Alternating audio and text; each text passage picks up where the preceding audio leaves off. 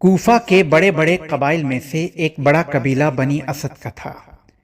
بنی اسد کے قبیلے میں حضرت حبیب ابن مظاہر ایک عظیم الشان شخصیت کے آدمی تھے۔ تاریخ میں حضرت حبیب کا نام ماولدیت کے ذکر ہوا ہے۔ حبیب ابن مظاہر الاسدی۔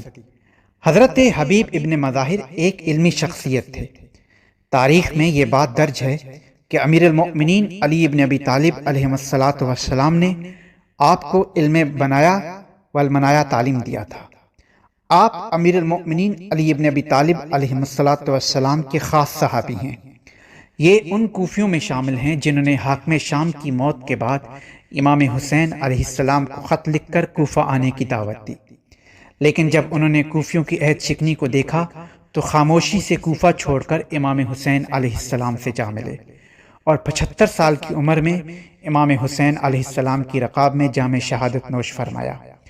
بعض روایات کی بنا پر حضرت حبیب ابن مظاہر کو رسول خدا صلی اللہ علیہ وآلہ وسلم کی صحبت کی سعادت بھی میسر ہوئی ہے۔ ایک دفعہ حضرت حبیب ابن مظاہر اپنے گھر کے قریب کوفہ میں گھوڑے پر سوار کھڑے تھے کہ حضرت میثم تمار بھی گھوڑے پر ادھر سے گزرے۔ جیسے انہوں نے حبیب کو دیکھا، میثم تمار رک گئے اور حبیب ابن مظاہر اور میثم تمار کے درمیان گفتگو کا سلسلہ شروع ہوا۔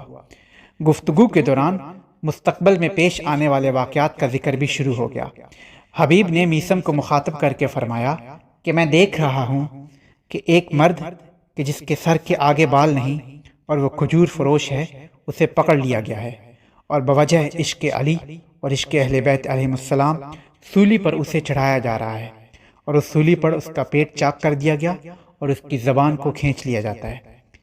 یعنی وہ حضرت میثم تمار کو ان کی شہادت کی خبر دے رہے تھے۔ حبیب کی بات سن کر میثم نے فوراً جواب دیا کہ ہاں، میں بھی اس شخص کو دیکھ رہا ہوں کہ جس کا رنگ سرخ ہے، اور یہ شخص اپنے نبی کے نواسے کی نصرت کے لیے وطن سے باہر جا کر شہید ہوگا، پھر اس کا سر بازار کوفہ میں لایا جائے گا۔ پاس کھڑے لوگوں نے ان دونوں کی کسی بات پر یقین نہ کیا، لیکن دن گزرتے گئے اور آخرکار دونوں کی بات ایک دوسرے کے بارے میں کہی ہوئی سچ نکلی۔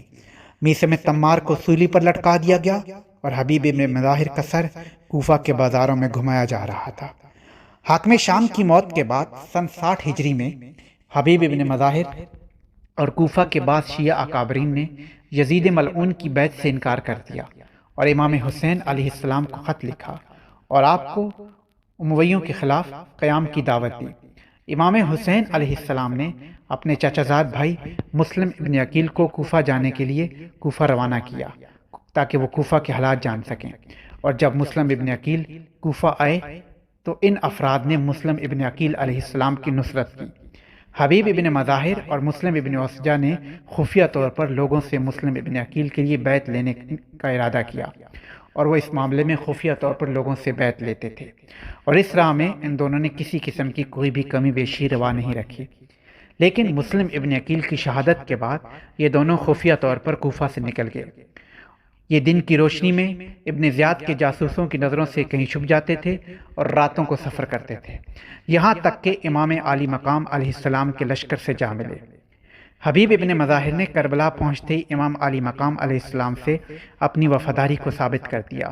جب حبیب ابن مظاہر نے دیکھا کہ امام کے ساتھیوں کی تعداد بہت کم ہے اور آپ کے دشمنوں کی تعداد بہت زیادہ ہے، تو امام علیہ السلام سے عرض کیا کہ مولا، یہاں پاس ہی میں بنی اسد کا قبیلہ آباد ہے، اگر آپ اجازت مرحمت فرمائیں تو میں جا کر آپ کی مدد کی درخواست دوں ان کو، شاید خدا انہیں ہدایت دے دے۔ امام حسین علیہ السلام نے اجازت دی۔ حبیب ابن مظاہر جلدی سے اپنے قبیلے پہنچے اور انہیں وعظ و نصیحت کی اور امام علیہ السلام کی نصرت کی دعوت دی، لیکن عمر ابن سعد ملعون نے ایک لشکر بھیج کر بنی اسد کو امام علیہ السلام کی مدد سے روک دیا۔ شب عاشور حبیب ابن مظاہر نے تمام اصحاب کو اکٹھا کر کے امام حسین علیہ السلام کی خدمت میں جا کر حاضری دی اور اعلان کیا کہ اے میرے آقا، اے ہمارے مولا، اپنے خون کے آخری قطرے تک خاندان رسول صلی اللہ علیہ وآلہ وسلم کی حمایت و حفاظت کریں گے۔